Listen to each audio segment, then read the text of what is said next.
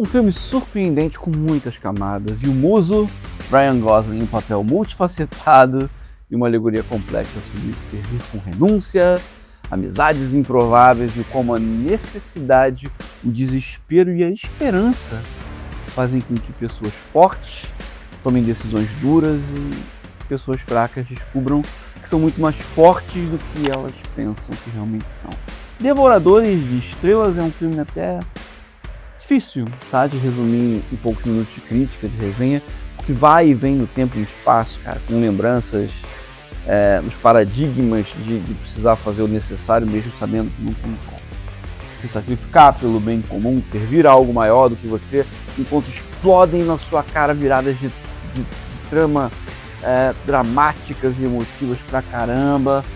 Um filme cheio de sci-fi, premissas super improváveis e descobertas gigantescas. Antes de mais nada, peraí, eu sou o Jorge Misael, produtor audiovisual, fotógrafo, jornalista, e nessas horas eu gosto de me chamar de cinéfilo, porque esse filme, pra mim, tá, merece mais o Oscar do que muitos vencedores do ano passado. É poesia pura, uma epopeia gigante de mudanças, desculpem o trocadilho, mas astronômicas. Um filme que não é só ficção, ele traz de fato um arcabouço científico genial, margeado por suposições, é claro, teorias, mas muito bem embasado em concepções de física, química e talvez no que para mim é o maior experimento que um homem pode se propor, que é o amor fraternal, é fazer um amigo verdadeiro e se dedicar a ele de verdade, mesmo que nas condições mais inóspitas. Ryan Gosling vive o Ryland, um professor de ensino infantil,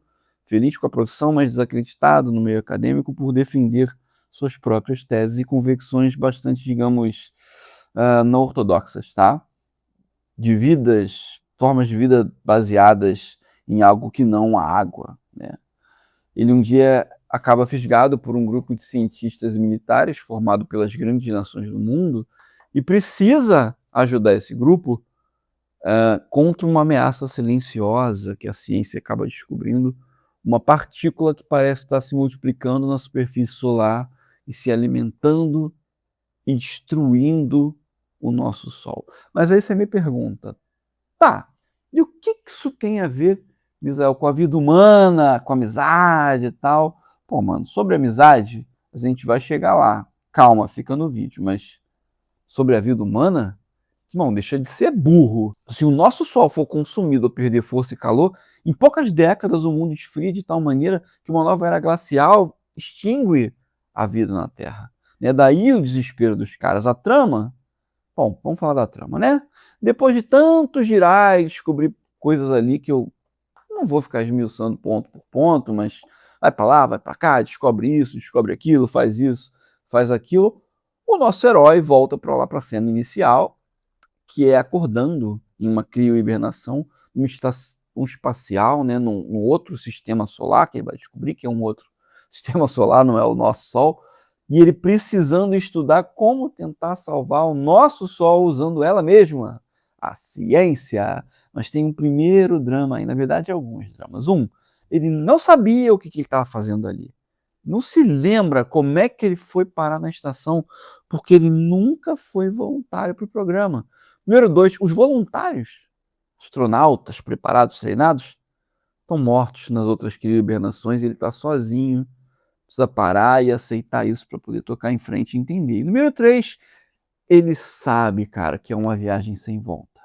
Tá? Morte certa, tá tudo perdido para ele. Isso normalmente faz o ser humano comum jogar a toalha e virar as costas para a razão, se tornar o máximo do egoísmo.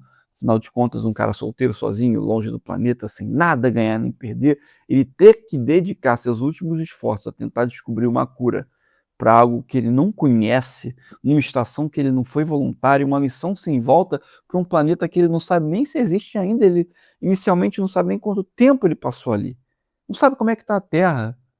E se ele desistisse, quem julgaria esse cara? Aí eu paro tudo que a gente está falando, tá? E eu deixo aqui a primeira indagação para você que está me assistindo. Psicológica, mas pertinente. Como é que você agiria num caso desses? tá? De desespero, de ter que se dedicar, se matar por uma causa que você não sabe nem mais se existe. Talvez você tenha filhos, você que está me assistindo, tá? Um legado para manter salvo, alguém por quem lutar, para quem tentar deixar um futuro. Mas e se não tivesse? Se tivesse no papel dele, o que que você faria? Uma coisa eu tenho certeza, você deve se inscrever nesse canal aqui sem perder tempo, vai ajudar demais no seu dia a dia. Mas, continuando, e a amizade, Misael, cadê? Perdido no espaço, cheio de incerteza, com a cabecinha girando, o nosso protagonista vê se aproximar uma nave alienígena, uma estação gigantesca, e tentando se comunicar com ele, cara. A gente precisa soltar um pouquinho no tempo, também para não ficar esmiuçando tudo, né? Eles conseguem se comunicar, ele acaba indo para a nave, entende o que está acontecendo, e lá dentro um choque enorme de realidade logo de cara.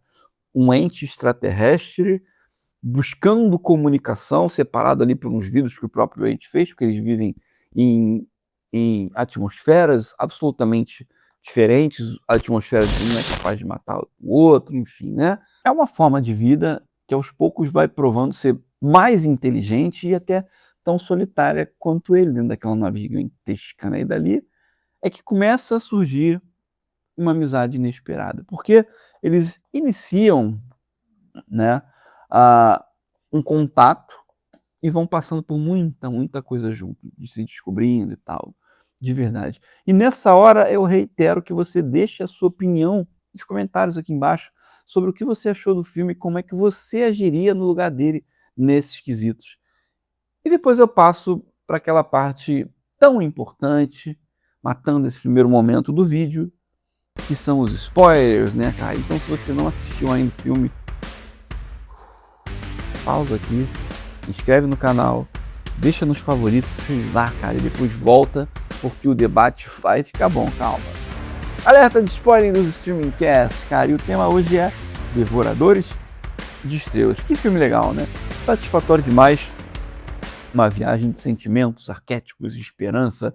Ryan Gosling entregando demais um personagem que vence o medo, a claustrofobia, o desespero e acaba amigo de verdade e salvador da humanidade. Aliás, ele vai muito além disso, né?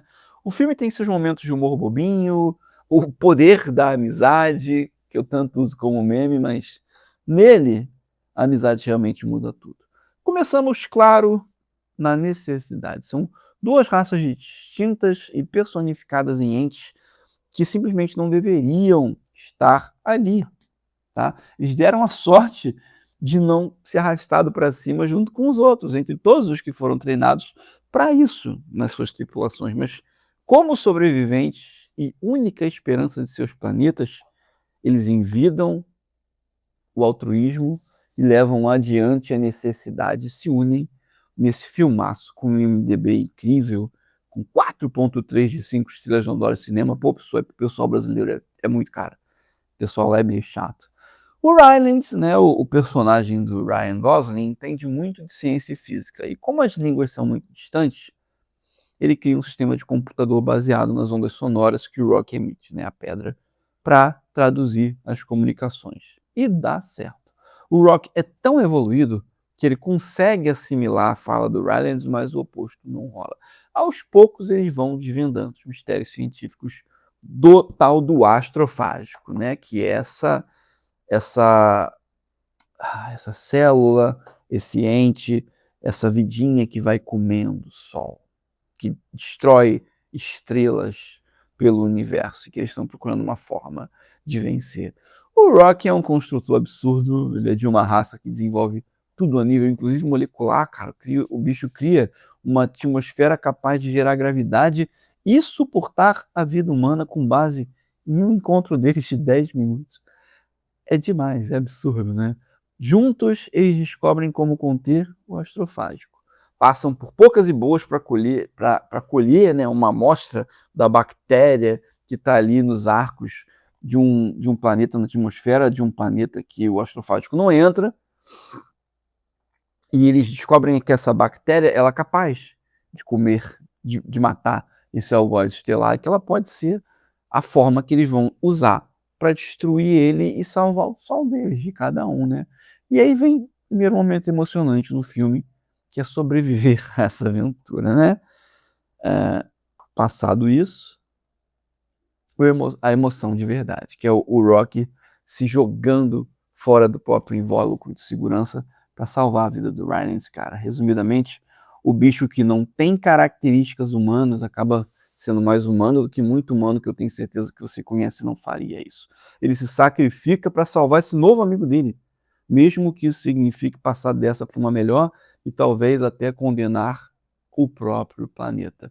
E aí eu vou indagar você pela terceira e última vez, né, como fez Cristo. O que você faria numa situação dessas? Vendo um amigo partindo, você se jogaria para tentar salvar o cara?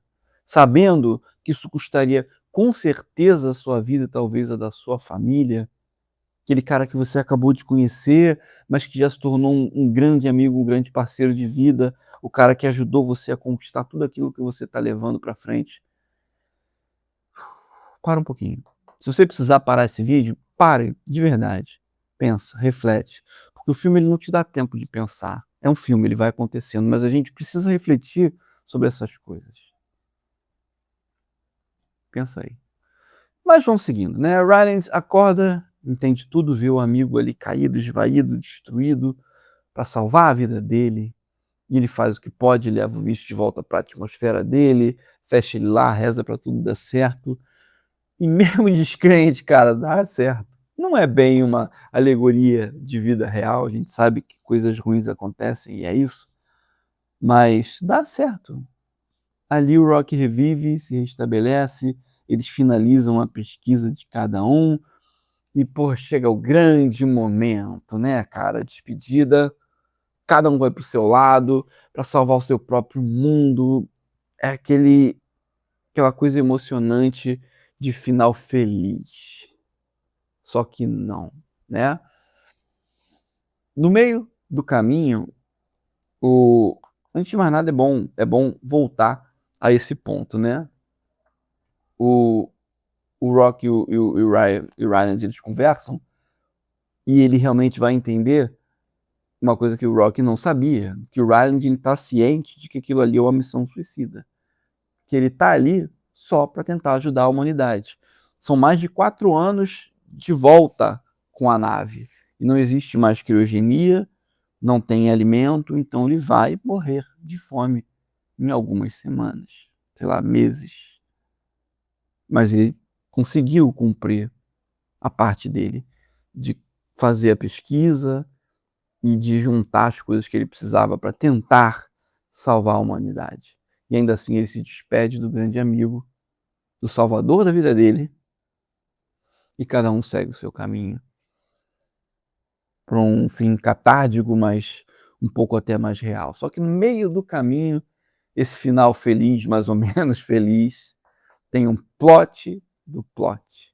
Não é o fim. O Rylance, ele nota que o material que o Rocky criou para conter a bactéria, os invólucros para ele poder levar a bactéria, são consumidos pela porcaria da bactéria.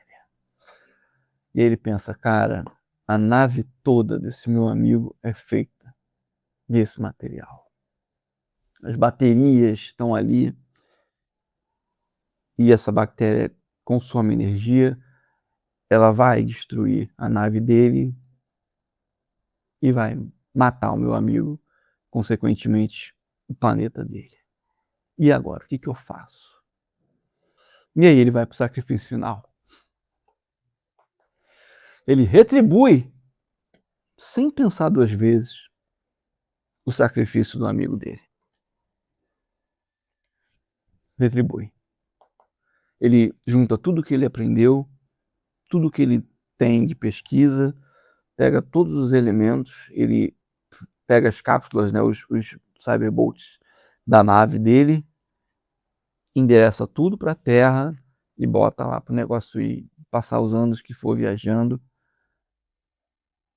para o planeta Terra receber aquilo. E ele volta para salvar o amigo.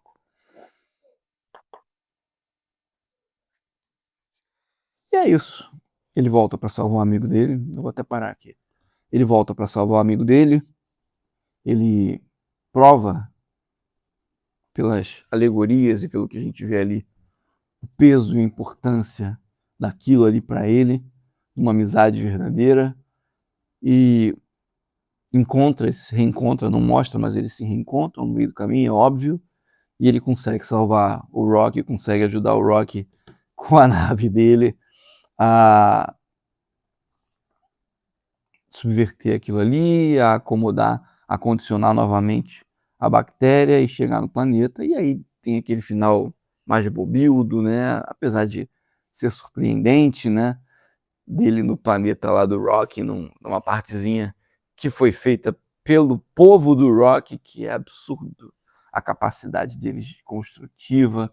Eles montam um lugar com toda a atmosfera, uma praia, com água, com mar, com chão, com terra, com uma casa para ele viver com um bracinho mecânico, enquanto eles estão consertando a nave e pensando num jeito de mandar ele embora. Até porque os caras conseguem criar moléculas de oxigênio, conseguem criar água, é óbvio que eles vão conseguir desenvolver alimento para ele também. Enquanto isso, ele volta ao ofício de ensinando as pequenas Rocks, as pequenas pedrinhas a viver. E aí a gente finaliza com uma pergunta muito, muito diferente, né? Será que vai ter a continuação? Devoradores de Estrelas, parte 2. Você assistiria esse filme? Você consegue chutar o que aconteceria se ele voltasse para a Terra com o Rocky? Ou com outras formas de vida, se ele conseguisse juntar isso aí, o quanto a Terra cresceria com esse tipo de tecnologia? Ou será que os nossos seres humanos não saberiam lidar com isso e seria o fim da existência deles lá, né? Diz aí, pensa aí, escreve aqui embaixo. Tamo junto, eu sou Jorge Misael. Mais uma vez, muito obrigado por assistir comigo esse vídeo até o final. Valeu, vambora.